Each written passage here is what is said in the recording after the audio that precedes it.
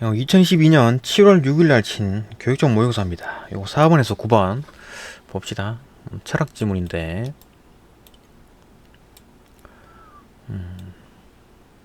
봅시다.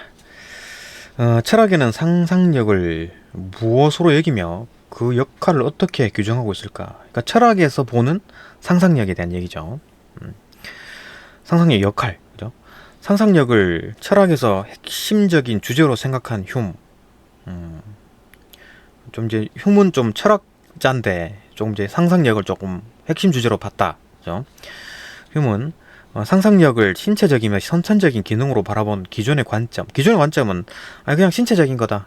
뇌에서 생각하는 거다. 아니면 선천적이다. 그렇게 했는데 기존 관점은 그거 달리 정신적이면 후천적인 기능으로 규정했다. 정신적인 거고 후천적인 거다.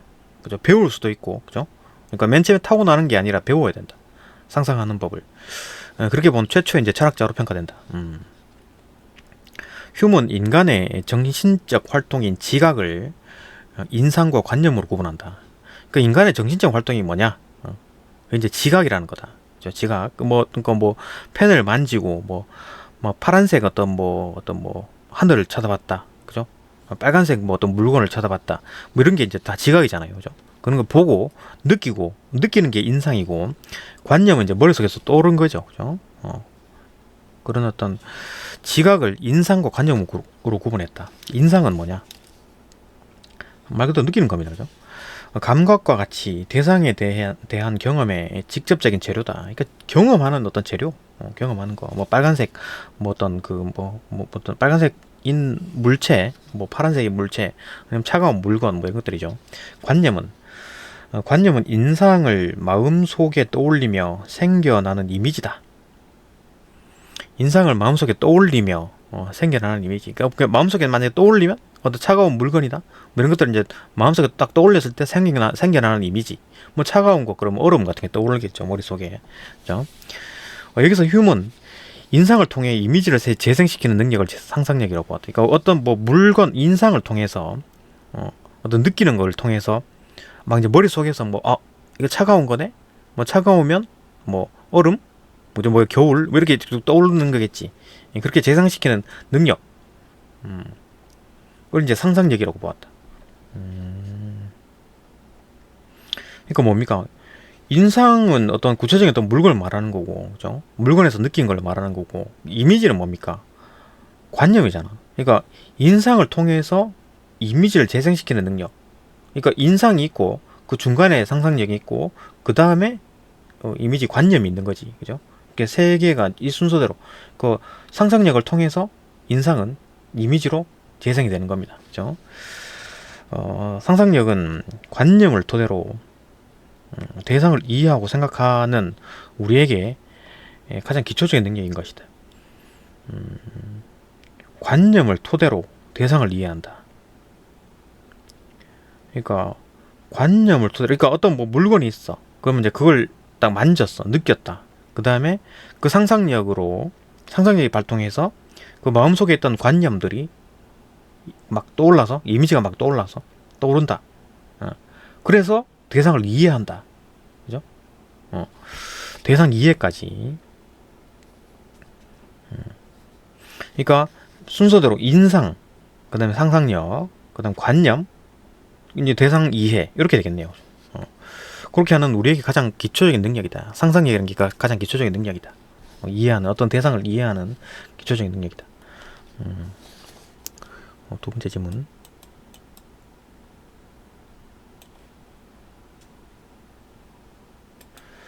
이 문단 봅시다. 이 문단. 휴먼, 인상을 관념의 형태로 재생시키는 능력으로, 그러니까 인상을 상상력이 관념의 형태로 재생시키잖아요. 그죠? 그래가지고 대상을 이해하도록 한다. 이게 이제 원칙이었는데, 이렇게 이제 형태를 재생시키는 능력이 상상력만 있는 게 아니라, 기억도, 이렇게 이제 그 이미지로, 기억도 마찬가지로 인상을, 기억을 통해서, 관념으로 만들고, 그 관념을 통해서 그죠? 대상을 이해하도록 한다. 이런 과정이었는데 기억도 마찬가지다. 그죠? 기억과 상상력의 차이, 그러니까 같은 역할을 하는데 차이가 뭐냐는 인상과 관념의 차이가 마찬가지다. 인상과 관념의 차이? 인상과 관념의 차이? 마찬가지다. 뭐 차이가 뭐였지? 그 연금 없었는데 봅시다. 인상과 관념의 차이와 마찬가지로 생생함의 정도에서 비롯된다. 생생함? 인상은 생생하고 관념은 좀 덜 생생하다. 이래 보는 건가 봅시다. 기억이 상상력보다 인상을 더욱 생생하게 재생한다. 상상력보다 인상을 더욱 더 생생하게 재생한다. 그러니까 인상을 더욱 더 생생하게 재생한다. 기억이. 그래서 재생하는 정도, 생생하게 재생하는 정도, 그걸 말하는군요. 그죠? 기억이 만들어내는 그 관념, 그죠? 관념은 좀 생생하고 상상력이 만드는 관념은 조금 덜 생생하다. 그죠? 봅시다. 그래서 기억에 의해 생성된 관념은 상상에 의해서 재생된 관념보다 훨씬 더 생생하고 강렬하다. 기억에 의해 재생된 관념이 더 생생하다. 그죠? 봅시다. 어쨌든 둘 다 어떤 관념을 만들어내는데, 기억과 상상력이 둘 다 똑같이 관념을 만들어내는데, 그 관념을 기억이 더 생생하게 하고 생생한 관념을 만들어내고, 상상력은 조금 더 덜 생생한 관념을 만들어낸다. 또한 기억이 최초 인상들을 받아들일 때와 동일한 순서로 재생이 이루어지는 것과 달리, 최초 인상을 받아들일 때 받아들이고 순차적으로 받아들인다. 그죠? 순서대로 받아들이고 순서대로 기억을 하겠지. 그리고 달리 상상력은 순서와 상관없이 자유롭게 재생이 이루어진다. 그 재생을 이루는 것도 마찬가지네. 그죠? 재생을 하는 것도 기억은 순서대로 재생을 하는데, 받아들일 때도 똑같이 순서대로 받아들이고, 어차피 받아들일 때는 순서대로 받아들일 거니까. 근데 재생할 때도 순서대로 그대로 재생을 하는데, 상상력은 순서와 상관없이 그냥 자유롭게 마구잡이로 재생한다. 그죠?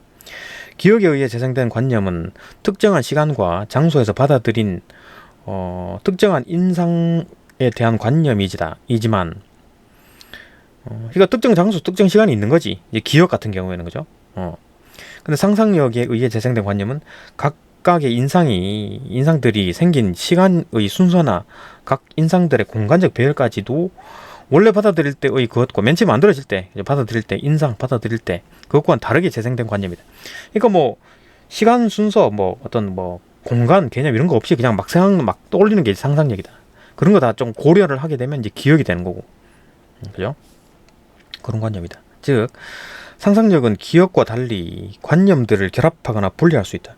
그러니까 상상력은 관념들을 만들어진 관념들을 결합하고, 어떤 거 짬뽕 여기랑 두 개랑 결합하고 또 분리하기도 하고 이런 식으로 편집을 한다는 얘기지. 그죠? 상상력이 인상을 만들어낼 수 없지만, 인상은 만들어낼 수 없죠. 이거 만들어내는 거는 상상력이나 기억이나 만들어내는 거는 관념이지. 인상은 뭡니까? 느끼는 거잖아요. 느끼는 거니까. 직접 만져보고 경험하는 것들이 어떻게 만들어내? 경험하는 건 경험하는 거지. 그죠? 경험을 해서 만들어내는 거죠. 그죠? 만들어낼 수 없지만, 인상들로부터 만들어진 관념들을 자율적으로 재정리할 수 있다. 기억은 좀 순차적으로 이렇게 좀 정리하는 건데, 재생하고, 그죠? 관념들은 상상력은 그런 만들어진 관념들을 마음대로 분리하고 결합하고 이러고 마음대로 그렇게 하는 편집 같은 재정리를 할 수 있다. 그 차이군요. 그죠? 3문단 넘어갑시다. 이해되잖아요. 그죠? 3문단 봅시다. 3문단. 그러나 휴문, 이러한 상상력의 자율성에 일정한 제약이 따른다고 본다. 그러니까 마음대로 상상력이라는 게 마음대로 그렇게 아니다. 그죠? 통제 없이 마음대로 결합되고 분리하고 자기 마음대로 그렇게 하는 게 아니다. 어떤 일정한 제약이 있다. 그 제약이 없으면 나중에 이제 제일 끝에 보면 보이지만 무의미한 환상에 불과하다. 그죠? 자율성에 더 제약이 있다. 봅시다. 관념연합의 원리.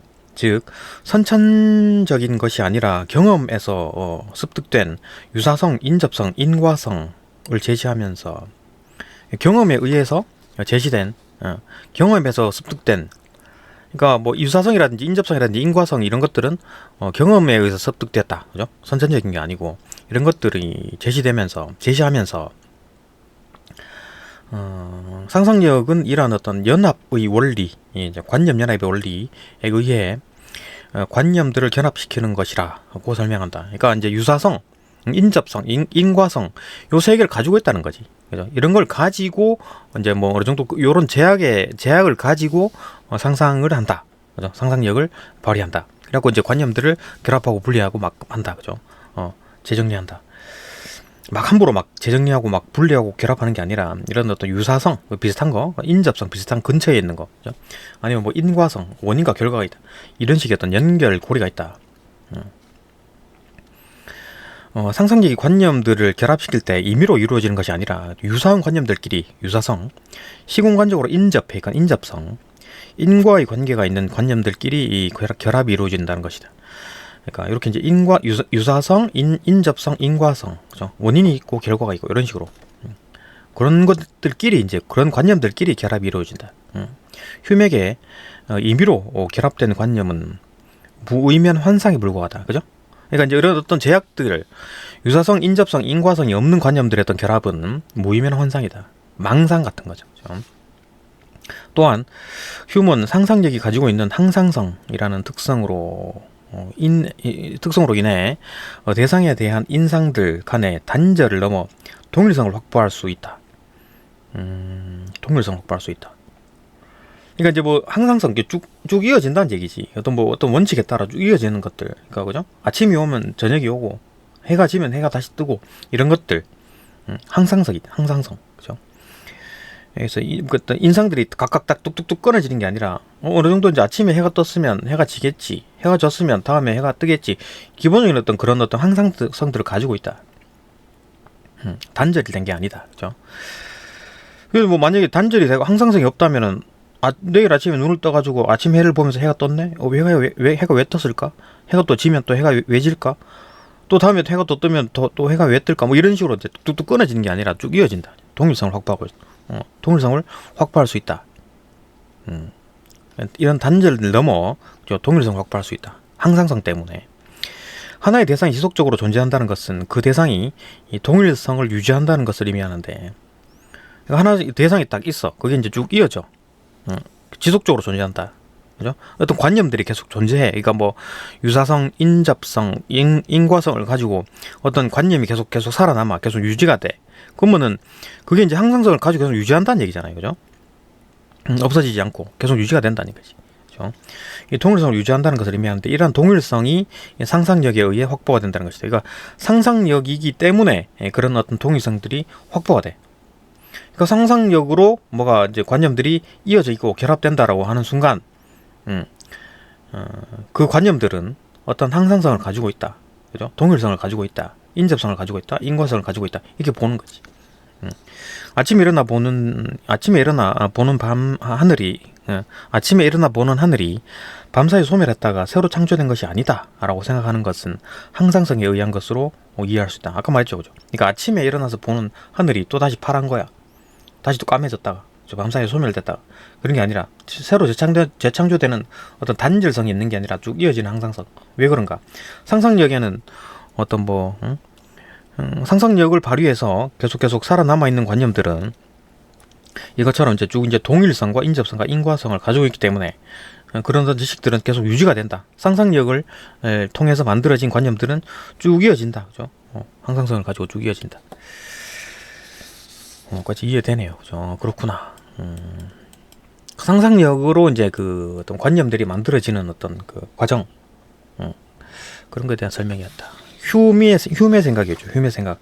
나는 이제 칸트에 대한 생각입니다. 칸트 봅시다. 봅시다. 칸트 봅시다. 칸트가 바라보는 이제 상상력, 그죠? 칸트는 힘과 달리 상상력을 선험적인 차원에서 탐구하였다. 그러니까 다른 시각으로 봤네요. 다른 관점으로. 상상의 선험적인 차원에서. 그러니까 휴먼 선험적인 게 아니라 그랬잖아요. 얘는 뭐 후천적이다, 그죠? 정신적이면 후천적인 거다라고 했는데 칸트는 선험적인 차원이다. 이건 타고났다는 얘기겠지. 선험적인 차원이다. 스탄과이다. 칸트에 의하면 인간의 지식은 감성, 상상력, 지성, 이성 이렇게 네 가지로 구분된다. 인간의 인식 능력, 인간의 인식 능력은 어떤 뭐를 인식할 때 그 능력은 감성, 상상력, 지성, 이성 이렇게 총 네 가지. 감성은 뭐 감성인 거고, 상상력은 상상하는 거고, 지성은 뭐 그죠? 뭐 지능 같은 걸 거고, 이성은 그걸 바라보는 통합하는 거겠죠. 그죠? 봅시다. 네 가지로 구분된다. 감성은 다 있네. 감성은 대상에 의해 우리에게 감각적으로 주어지는 것을 오감을 통해 받아들이는 능력이다. 감성은 이제 지성 느끼는 걸 말하는 거네요. 오감을 통해서 받아들이는 능력이다. 지각, 감각 이런 거네요. 감성은. 지성은 개념을 형성하고 그 개념에 근거하여 주어진 상황에 대해서 판단을 내리는 능력, 판단을 내리는 능력이 지성이다. 판단을 내리는 능력, 개념을 형성하고. 그것도 뭐 머리 쓰는 것 같으네요, 그죠? 감성은 느끼는 거고, 뭐 지성은 머리 쓰는 거다. 상상력은 서로 이질적인 능력인 감성과 지성을 연결하는 능력이다. 그러니까 감성과 지성을 연결하는 능력이다. 상상력이라는 게. 그러니까 감성은 느끼는 거고, 지성은 막 머릿속에서 막 생각하는 어떤 판단하는 능력이 있는 건데, 이게 이제 이질적으로 다르다. 그렇기 때문에 이걸 연결하는 게 상상력이다. 감성의 내용을 지성의 내용을 감성에 전달한다. 이 감성의 내용, 머릿속에서 느낀 거를, 생각한 거를 지성에다 전달하고, 감성에서 느낀 것들을 지성에 전달하고, 아니면 지성에서 생각한 것들을 감성에 전달하는 거. 그게 이제 상상력이다. 상상력이 감성의 내용을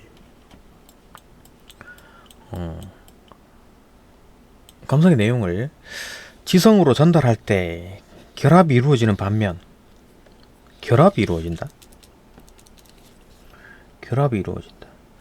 반면 상상력에 의해 지성의 내용이 감성으로 전달될 때 도식화가 일어난다.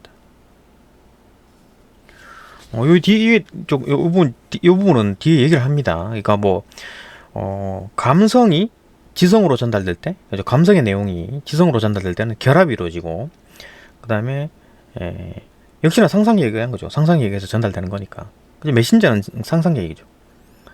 지성이 감성으로 전달될 때는 도식화가 일어난다. 스키마. 그죠? 요 내용이 뒤에 있습니다. 그러니까 뭐 뒤에 이제 칸트의 또 재생적 상상력과 생산적 상상력, 요 부분 설명할 때 얘기가 나옵니다. 일단 대강 그렇구나. 그 정도 말고 넘어갑시다. 이성은 추론하는 능력으로 다양한 분야에서 감성, 상상력, 지성에 의해 축적된 수많은 지식들을 영혼이나 우주 또는 신이라는 이념으로 수렴하여 체계화한다. 지금 이제 아까 뭐 상상력에 대한 얘기 설명을 했고, 이건 이제 이성에 대한 얘기네요, 그죠? 이성은 추론하는 능력이다. 추론하는 능력. 다양한 분야에서 감성, 상상력, 지성. 그러니까 감성과 지성 사이에 상상력이 있는 거잖아요. 상상력이 메신저니까. 그거 왔다 갔다 하면서, 그죠? 감성을 지성에 전달하고, 지성을 감성에 전달하고, 막 이런 식으로 왔다 갔다 하면서, 그런 과정에서 축적이 되네. 지식들이 축적이 된다. 그런 지식들은 쭉쭉쭉 쌓이다가 결국은 어떻게 되느냐? 영혼이나 우주 또는 신이라는 어떤 이념으로 수렴한다. 지식들을 많이 쌓으면 결국 영혼, 뭐 우주, 신 이런 것들로 수렴한다. 체계화된다. 이처럼 이렇게 체계화하는 거, 이런 쌓인 지식들을 이성이 이제 체계화시키는군요. 이성이라는 게, 그죠? 그러니까 감성, 상상력, 지성, 이 왔다리 이게 전달하고 막 하는 과정에서 지식이 축적되고, 이 축적된 지식들을 뭐 영혼, 우주, 신 이런 이념으로 수렴시키는 게 이성이다. 이처럼 칸트는 인간의 인식 능력을 감성, 상상력, 지성, 이성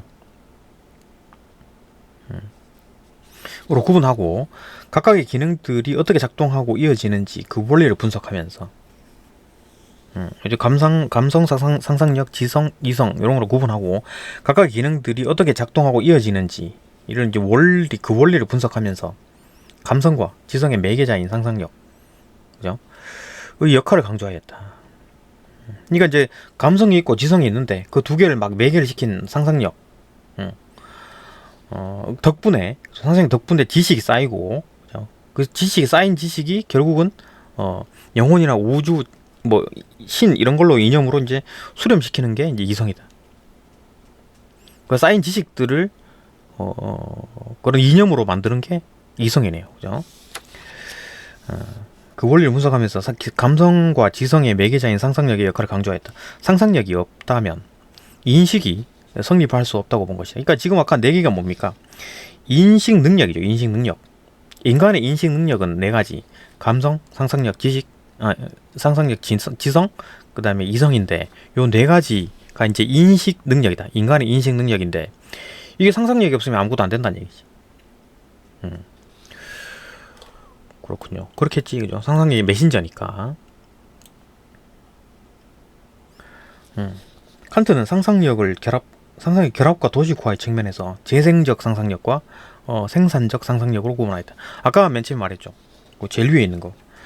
그러니까 뭐 감성을 지성에 전달할 때 결합이 이루어지고 지성을 감성에 전달하면 도식화가 이루어진다. 이런 얘기 했었잖아요. 그 얘기를 하는 겁니다. 봅시다. 설명이 있네요.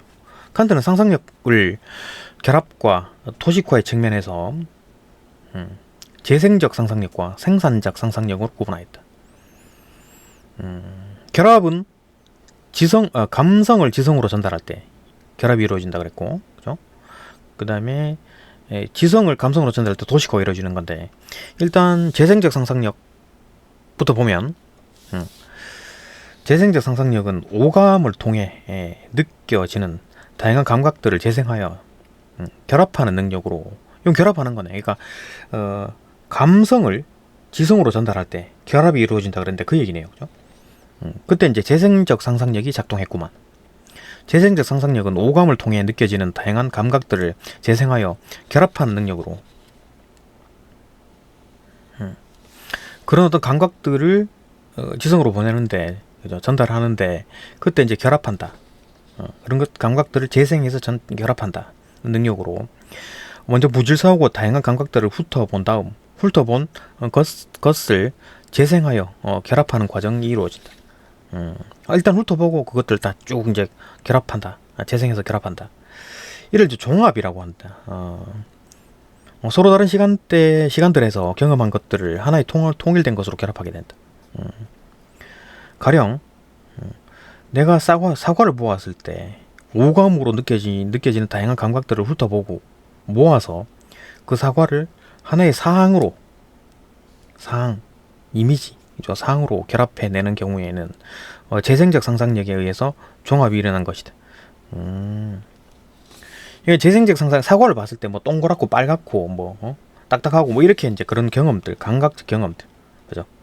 그런 것들 쭉 모든 감각들을 모아서 하나의 그죠? 하나의 어떤 이미지를 딱 만들어내고 이거 사과네. 요거 이제 결합을 해낸 경우죠. 그러면 이제 재생적 상상력에 의해서 종합이 일어났다라고 보는 거지. 종합이라는 게 어떤 감각을 종합했다 그 얘기네요. 그죠? 그 다음에 생산적 상상력 스키마를 봅시다.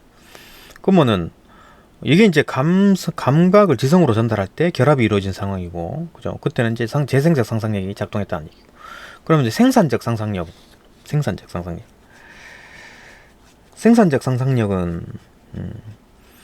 지성의 내용을 감성으로 전달한다 그랬는데 그게 뭔지 봅시다. 스키마, 도식을 능동적으로 만드는 능력이다. 생산적 상상력은 그러니까 지성의 내용을 감성으로 전달한다. 그래서 이제 스키마를 만든다. 이게 뭔 내용인지 뭔 말인지 봅시다. 도식은 감각에 영향을 받지 않으며 경험 이전에 있으면서 경험 이전에 선험적인 거네. 경험 이전에 있다. 경험 이전 거네. 그 경험을 인식하게 하는 선험적 형식이다. 그 머릿속에 있는 거야. 도식이라는 게, 그죠? 스키마라는 게 머릿속에 이미 머릿속에 있는 거야. 경험은 안 했는데 머릿속에 있어. 이거 뭐 예를 들어 그런 거지. 사과를 평생 못 봤는데 사과에 대해서 공부를 막 한 거예요. 그래서 뭐 동그랗고 빨갛고 뭐 딱딱하고 이런 게 이제 그 공부가 된 거지. 머릿속에 있는데. 근데 경험은 한 번도 못 했어. 그 선언적 지식이다. 이런 도식은 추상적인 개념을 구체적 감각과 연결하여 이해할 수 있게 해준다. 그렇겠지. 머릿속에서 생각했던 그것들이 실제로 그렇네. 그죠? 구체적인 감각과 연결해서 손으로 만지니까 딱딱하더라. 시각으로 보니까 빨갛더라. 그죠? 빨갛고 동그랗더라. 이렇게 보는 거지. 나아가 생산적 상상력은 생산적 상상력은 도식을 창조할 수 있는데 도식을 창조한다. 도식을 창조하는 과정을 설명하겠네요. 그죠? 이를 통해 개념을 정확하게 이해할 수 있을 뿐만 아니라, 그죠? 개념을 이해하는 거겠지. 내가 가지고 있던 그 개념들을 경험을 함으로써, 그죠?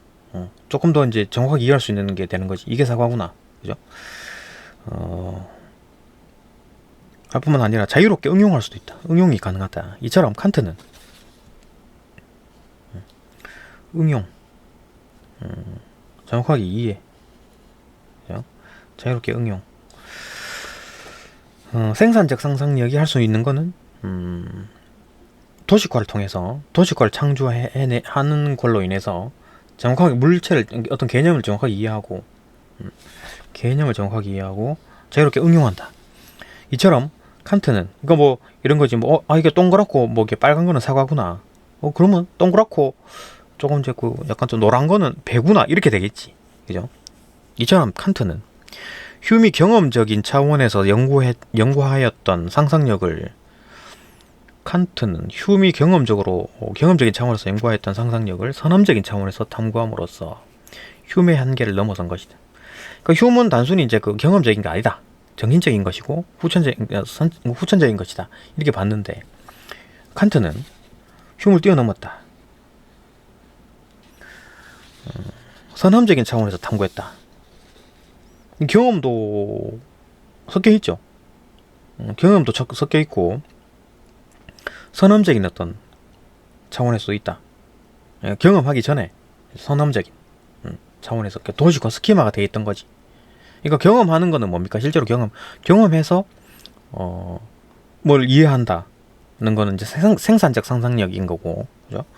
아니면 거꾸로, 그죠? 이미 머릿속에 있는 거야. 근데 이제 그 경험을 못했어. 근데 이제 경험하는 거지. 그러니까 그럴 경우도 있다. 그게 이제 그런 걸 탐구했기 때문에 조금 이제 휴의 한계를 넘어섰다. 쉽지 않네요. 그죠? 네, 여기까지 보고 또 다음 강으로 또 넘어갑시다.